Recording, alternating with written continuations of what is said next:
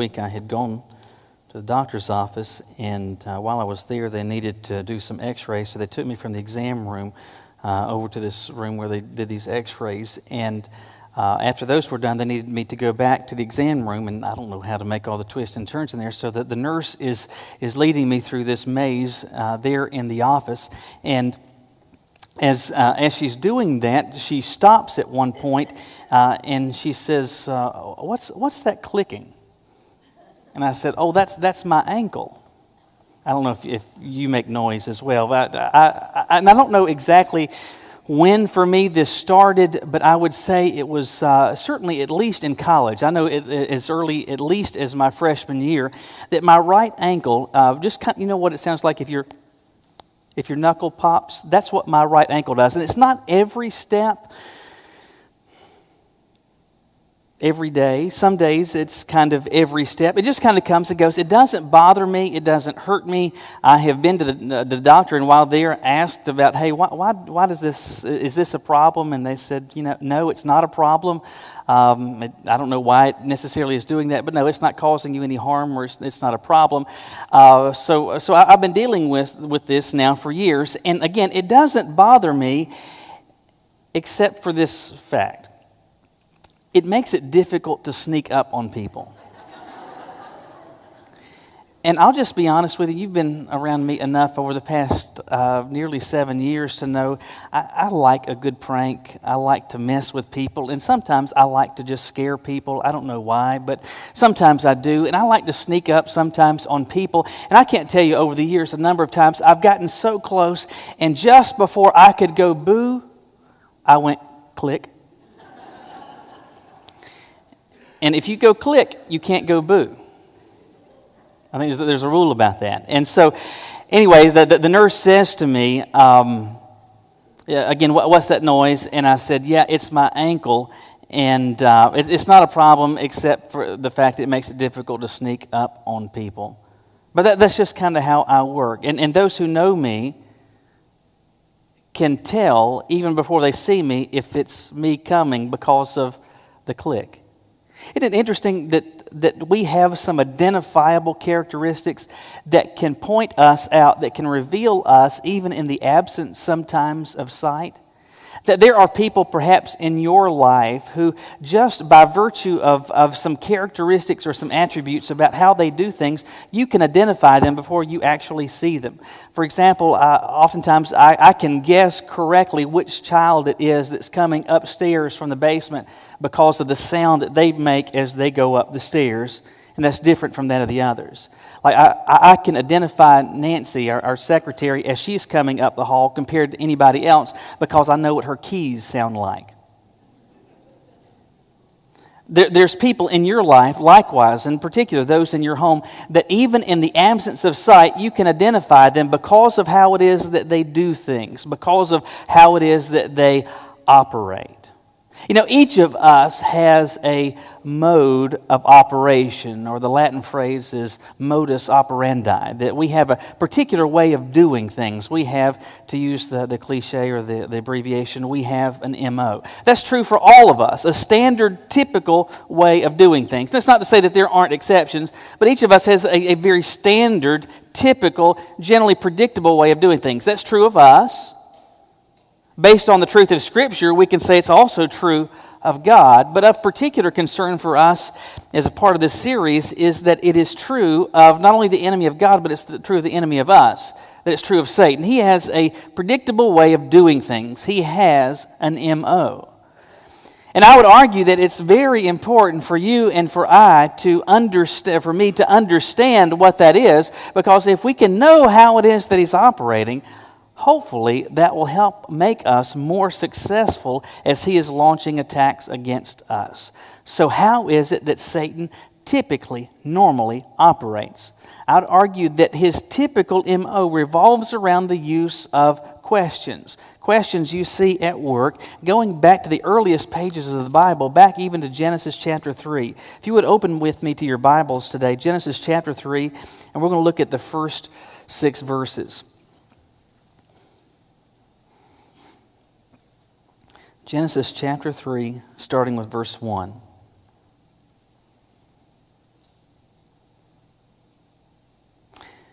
There we're told that the serpent was more crafty than any other beast of the field that the Lord God had made. And he said to the woman, "Did God actually say, 'You shall not eat of any tree in the garden'?" And the woman said to the serpent, we may eat of the fruit of the trees in the garden, but God said, 'You shall not eat of the fruit of the tree that's in the midst of the garden, neither shall you touch it, lest you die.' But when the serpent said to the woman, 'You will not surely die, for God knows that when you eat of it, your eyes will be open, and you will be like God, knowing good and evil.' So when the woman saw that the tree was good for food, and that it was a delight to the eyes, that the tree was to be desired so as to make one wise, she took of its fruit and ate. She also gave some to her husband who was with her, and he ate. And the eyes of them were opened, and everything after that was different." Here you see the first interaction of Satan with people. And in his first interaction with people, his MO gets established. And how he operated with Eve and Adam there in the garden is by and large the same way that he is going to seek to operate with you and with me in the living of our lives as people who hopefully are identifying with Christ, that we're followers of Jesus. How is he going to operate? What type of question is he going to lead you to consider? Well, the first question is this. He's going to lead you to question what God has said. He's going to lead you to question what it is that God has said. All right, so hopefully you see we're in Genesis chapter 3 here, so there's some important things that have happened, and then also not a lot has happened either. So you have the fact that God has created the world and everything in it. He's created Adam and Eve. And how would we describe everything? We would say it is perfect. It is perfect. Nothing is broken. Nothing is dented or scratched. Nothing is in the process of decay. There is no death. Adam and Eve are immortal beings. Morally speaking, they are without flaw. They are without blemish. Everything is perfect. And Adam and Eve, as perfect beings, have been placed in the perfect environment, in paradise itself, and what we know as the Garden of Eden. And the garden itself provided the needs of life. And there were tons of trees and plants and shrubs that produced all kinds of things for Adam and Eve to eat. And God had said to them, "Hey, guys, you can eat of any tree in the garden. You can eat of anything in this garden except for this one. There's one that I'm going to go ahead and tell you is off limits, and it's the tree of the knowledge of good and evil. Don't touch it. Stay away from it. Don't eat of it. Everything else is completely free for your enjoyment. It's provided for you to meet your needs, to take care of you. This one, though, you stay away from it." Time wasn't measured at this point, but if it were, we have no idea how long it would have been like this. But as verse 1 of chapter 3 begins, we're introduced to this being that is in the garden that's described in verse 1 as a serpent. What's a serpent? Well, the serpent is a snake, and this snake talks. How does that work? I don't know. When I have encountered snakes, maybe those that I have encountered would have talked. I just got their heads off before they could say something. I don't know. How exactly did this work? I don't know, but because I believe Genesis 1:1 that God created the heavens and the earth, I believe that this same book, when it tells us that this serpent communicated verbally, that somehow, some way that happened. And so this serpent, who is Satan, is crafty, more crafty than any being that has been created. And he has this conversation that begins at the end of verse 1 with Eve. What I think is interesting to note before we consider the question is the environment in which this question occurs. Where is it exactly that Eve is? She's in the garden. But what's the nature of her presence at that point? She's alone. Adam is not with her. So the question stands perhaps as this. If Adam were with her, might this have happened? Perhaps not. Perhaps not. It's interesting that this being who is so crafty, who is so sneaky, who is so deceptive, he made sure that this conversation with Eve took place when she was all by herself. Among other things, Satan is described as a lion. Have you noticed how lions work? They don't go after the pack. They go after the one that's off by itself. When the animal gets away from the herd, it's in a dangerous place. You, as a follower of Christ, when you get away from the herd, you are positioning yourself in a very dangerous place. And that is where Eve is. And Satan comes along and he starts with a question. And the question is this: did God actually say, "You shall not eat of any tree in the garden"? Well, we're not given any preliminaries. We're not told whether there was this exchange of pleasantries. Maybe the conversation started with just this. All of a sudden, there's a question being posed of Eve for her to answer. We don't know, apart from what we are provided here. But he doesn't wait to be informed by Eve what the rules are, what the parameters of operation and living in the garden are like. He starts with an awareness of what the rules are. Let me just remind you that Satan knows the rules that God expects me and he expects you to operate under. He knows what this says, which is an encouragement for us to do something. If he knows what the rules are, why in the world don't we? If he knows what is in here, why in the world are so many so woefully ignorant of what is in here? But he comes to her in the absence of explanation as to what the rules are. He knows that she knows what the rules are, and he doesn't say to her, "Hey, out of the gate, God didn't. He made all this that you can have." Notice how he approaches her. He says, "Did God actually say?" He doesn't pose the question, "Did God say?" He says, "Did God actually say?" Now, the use of the word "actually" is intentional and important, because he's not saying, "Did God say this?" but "Did God actually say this?" What's the goal of that type of questioning, of that type of approach? I think it's pretty simple. It's to lead Eve to think, well, did God actually say? Maybe somehow I messed this up. Maybe somehow I got my wires crossed and I got this misinterpreted. After all of this stuff that's around here, I do remember him saying of all this stuff you can freely eat. I know he mentioned something, but maybe I got my wires crossed, and Satan is there to say, did God actually say that? It's not a frontal assault, more of a subtle questioning, trying to do something, and that's to sow a seed of what? Of doubt. Satan knew what the rules were. He knew that Eve knew what the rules were, but he decided, I'm going to question this, I'm going to probe this a little bit, and in doing so, hopefully sow the seed of doubt that she might think, well, maybe I messed that up. Maybe he didn't actually say that. Maybe this is not actually out of bounds and across the line. Why would he do that? Well, I think the reason is pretty simple. It's altogether clear. If he can get her to question whether God actually said this, then the goal is to get her to do what God has said not to do. And he can accomplish that if he can successfully get her to doubt the accuracy of what God has conveyed to her.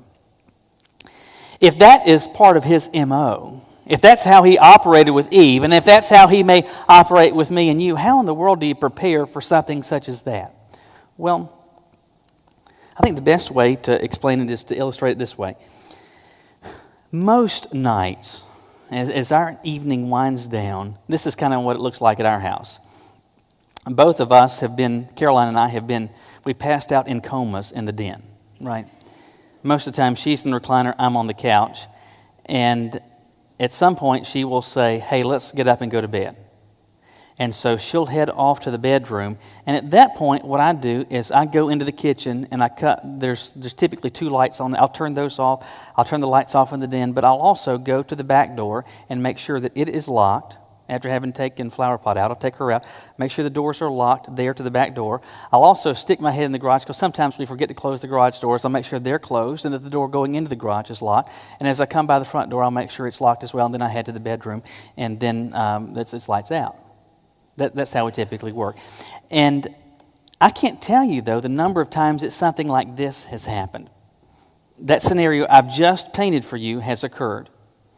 Now, I've checked everything. I know I've checked everything. I go to bed. Caroline has gone to bed, and we drift off to sleep. We haven't been asleep very long, and all of a sudden there's a noise. Does your house make noises? Our house makes noise. I think all houses make noises. And there'll be some noise. It may be some type of creak, a pop. There'll be some noise. And we will have heard it, and Caroline will be like, "Did you hear that?" Yeah, I think it was just a settling sound. And she'll say this, "Are you sure you locked the doors?" And until that very moment, I am absolutely sure I have locked the doors. But by her asking that question, all of a sudden I start to think, did I really lock the door? Or am I thinking about last night or all the other nights? Is the garage shut? Did I lock that back door? So all of a sudden, now I'm wide awake and I've got this thought in my mind, did I actually lock the doors? And so what am I going to do? I'm going to get up and go check all the doors, all right? So, okay, Michael, thank you for that. What's your point? Until this very moment, Eve was absolutely certain of what God's instructions were. He had been very clear. Everything is yours except this one tree. That one's off limits. She was certain until that very moment. And then Satan came along. And he said, did God actually say? Are you sure you locked the doors? When he does that, there is a reasonable and there is a appropriate response. And the response is this: check to make sure the doors are locked. Did Eve check? Consider what was available to her. She didn't have a Bible, but she did have this. It seems that daily, every day, the Lord walked with she and Adam in the cool of the evening there in the garden. They had that type of proximity with God. And all she had to do was to say, wait a minute. And because she was sinless and a perfect creation of her Maker, she could have gone to the Maker and say, I just want to double check this. You did say, what did you say about this tree? I just want to make sure. But she didn't. And so doubt gets sown. But at this point, she hasn't crossed the line. It's close, not quite there. But what he did with her, he'll do with you. And that's to lead you to question what God has said. Did God actually say, Get the thought in there. But there's a second thing that he will do, a second question, which is this. He'll lead you to question whether God is right. Not merely question what God has said, but if you say, well, this is what God has said, because notice what she says. Well, we may eat of the fruit of the trees in the garden, but God said you'll not eat of the fruit of the tree that's in the midst of the garden. Don't touch it lest you die. So she's essentially pressed the tape recorder. Okay, this is what God has said. And so since the first question didn't fully work, let's try the second one. And notice his response. But the serpent said to the woman, verse 4, you will not surely die. So here and now he's dealing with someone who is conveying confidence in their awareness of what God has said. But since there is no lack of certainty about what God has said, he then leads her to question whether what God has said is actually right. And he does so by abject denial. And he's saying, yeah, okay, you said God said not to eat of this, and then if you do, that you'll die. That is not the case. That is not the truth. That is not how this is going to operate. This is a tree, and it is different, but this whole dying thing, that's not going to happen. What's he leading her to do? She knows what God has said. She's sure of that, but now to question whether or not he's actually correct in that assessment. And why does he want to do that? Because if he can get her to the point in place where she actually questions whether God is right about this, if he's wrong about this, maybe he's wrong about something else. Maybe he's wrong about solely, exclusively being worthy of their worship. Maybe he's wrong about being the one who is ultimately in charge of things. Maybe he's wrong about a whole lot of stuff. So when someone is sure about what God has said, the thought then is maybe we can get him to question whether that's actually correct or not. Sometime back, Caroline had gone to the dentist, and they had done x-rays. And the dentist said, there's one small cavity over here. And he gave her the option as to whether or not to get it drilled and filled then. Or he said, it's not that big. You could wait until next time. And she decided, I'll just wait until next time. 6 months pass. She goes back the next time, anticipating they're going to fill this small cavity. And she asks, the dentist doesn't say anything. She asks about it. And he says, I don't think that's actually a cavity. So since that time, Caroline has been thinking what? Well, if he tells me I've got one, do I really have one? Does this actually need to be filled or not? I mean, do I actually have to soak my teeth every night? No, that's different.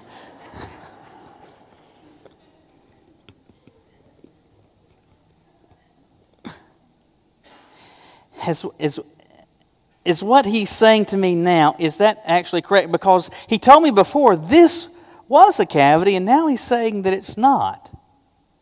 If he was wrong then, might he be wrong now? And it's that same sort of thing that Satan was doing with Eve, to say, you know what, maybe God is wrong about this, because he knew if he can get her to think he's wrong about that, well, perhaps then he's wrong about everything. You want to see this at work in our society? Just kind of look around. Consider in particular what's going on in terms of sexual ethics and morality here in the United States. That's an easy one to see it. Can we be very succinct in saying God has made us capable of sexual relations and has established the parameters. One man, one woman, in the confines of marriage exclusively. Anything else, hetero or homo, anything else is outside the lines. That's wrong. He's been very clear about that, consistent about that.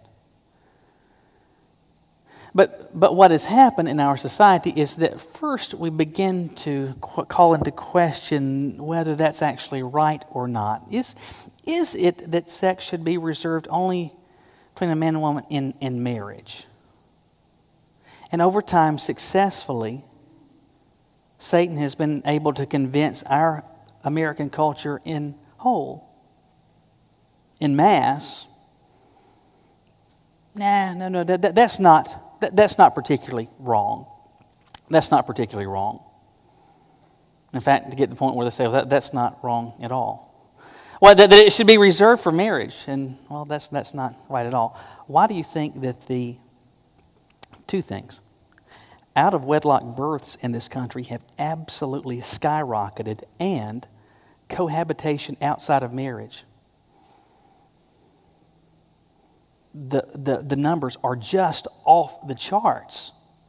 In excess of 60% of all couples that wind up ever getting married are living together before marriage.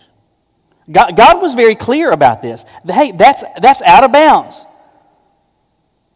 That's across the line. But it first got sown the thought, no, that's not right. Well, then the next thing was, if heterosexual immorality is acceptable, then homosexual immorality then becomes the next. And what has happened? It has progressed to the point where now even marriage itself has been redefined. And what has occurred now? Something as simple as gender is now up for grabs. And that your anatomy has nothing to do with your gender. How did we get there? Because Satan was very successful in leading people to question not simply what God has said, but whether he said it was right. And if he's wrong at this point, well then eventually he'll get to the point where he says he's wrong about everything. And in mass, collectively, that's what our society has said. As collectively, they are waving their fist at God, turning their backs from Him and saying, we are absolutely and emphatically not interested because you're wrong about everything. He got Eve with a question. Question what God has said. Question whether or not what He said was actually right or not. But at this point, she hasn't yet crossed the line. She's close. He's got one more trick up his sleeves. And he starts that with one more question, and that is to question God's motivation. To question God's motivation. In verse 5, the assault continues. He's just told her, you will not surely die. And then he says this, God knows that when you eat of this, your eyes will be opened, and what? You'll be like God, knowing good and evil. What's he doing there? It's very subtle. I want you to notice what he's doing. He's saying, all right, and conceding the point that God has said this is off limits. He's going to grant that. Yes, God has said that's off limits. Now he's questioning why it is God has said that. And the thought is this. God has said this because He didn't want you to be like Him. He doesn't want you to know what He knows. He's trying to just keep you out of the club. He's trying to rob you of some stuff that would bring to you fulfillment, that would bring to you understanding, that would bring to you satisfaction, that would bring to you enlightenment. God is trying to rob you of something that would absolutely fall into the positive category in your life. And so if he can get her to question God's motivation, if he can get her to say, well, yes, God said this, but the reason He said it is wrong. The reason He said it is baseless. The motivation behind it is without merit. Then maybe she could reclassify it and say, well, then it doesn't make any difference what God said. You say, well, how exactly does that work? Let me give you an example. Suppose at this very moment in the mountains of Afghanistan, there is an American soldier who has an Al-Qaeda fighter in the sights of his M16. And suppose at this very moment that American soldier squeezes the trigger of his government-issued rifle and fires a lethal round into that enemy soldier, taking his life. Right? You have that scenario. Suppose that same soldier is not in the mountains of Afghanistan, but is in the hills of Appalachia. And suppose instead of having an Al-Qaeda fighter in his sights, he just has somebody in his sights and squeezes the trigger, releasing a lethal round into their body. In both instances, somebody dies. But we classify those very, very differently, don't we?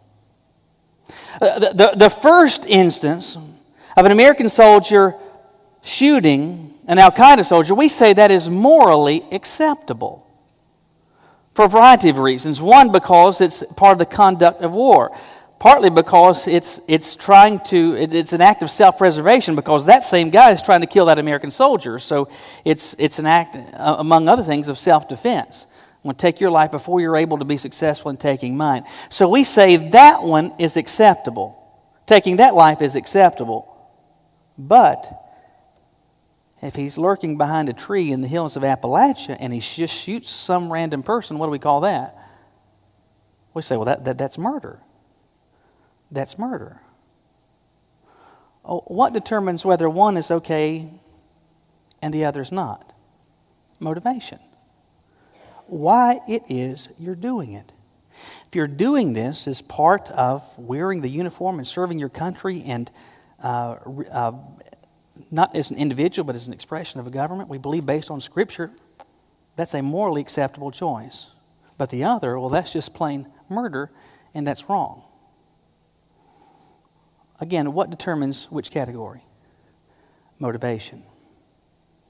One is acceptable and the other is a capital offense. And the only difference, ultimately, is motivation. Why you do what you do. And if you can properly, and if you can successfully attack the motivation, you can determine and assess an act as being wrong. Follow the logic. Satan hasn't been successful so far in getting Eve to eat of that tree. He's led her to say, did God really say? And she's like, yeah, God really did say. Well, and not only did he say that, but he said, you'll die. Well, no. You won't really die. You won't really die. But still, she's tugging on the line, but she hasn't bitten the bait yet. So finally the thought is, let me question the motivation. If I can get her to think that he did say this, but he said so for a baseless reason. For if he had faulty motivation as to why he established this rule, then the rule can be disregarded. If God's rationale is bad, which is just to keep something from you, he doesn't want you to be like him. Because the second that you do this, you're going to be like him and you're going to be dealing with a peer. And God doesn't want you to be a peer. He wants to keep you under his thumb. And it is this one thing that is separating you. And that's the reason he said to stay away from this. He's attacking the motivation. And if he can get her to believe that, well, then she'll cross the line. Well, it seems that Eve believed him. And she crossed the line. She thought, God is trying to keep something from me. Something that I want. Something that will add pleasure, something that will add enlightenment, something that will breed understanding. He's going to lead you to question God's motivation. A lot of people today in our society, and even among those who profess to wear the Christian jersey, who have abandoned a lot of what God has said because they've successfully been attacked by Satan, and they're questioning the motivation about why God has said what he has said. Let me be very, very clear to you.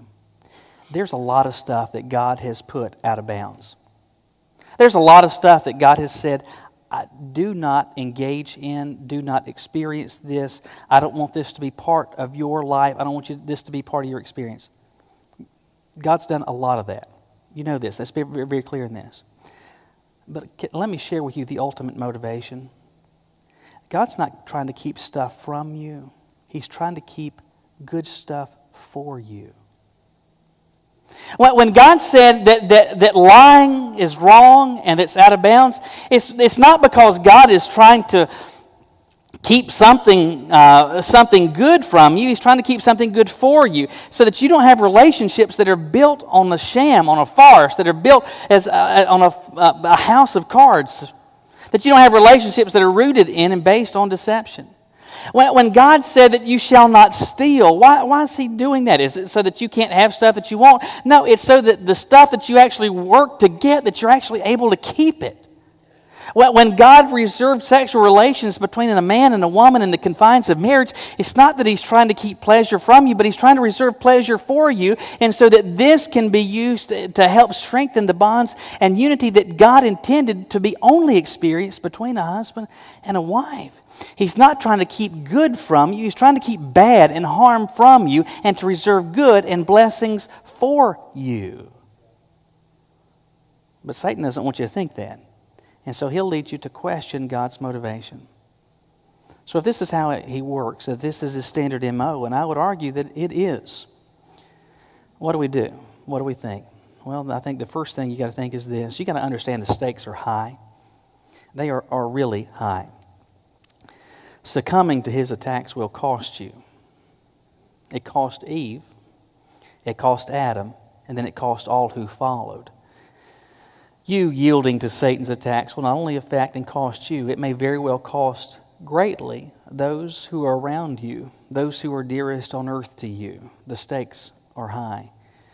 But then you've got to know the truth.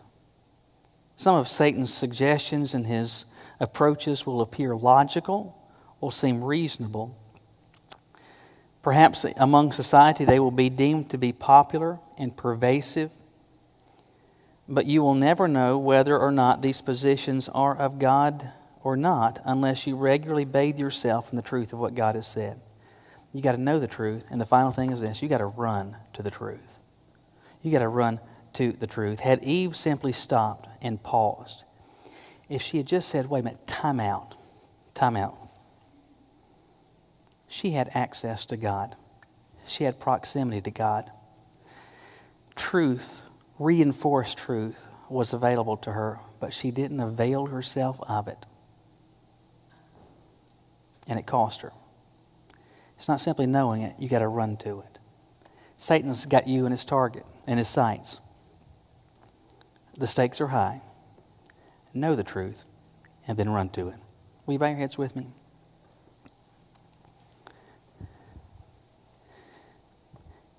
Is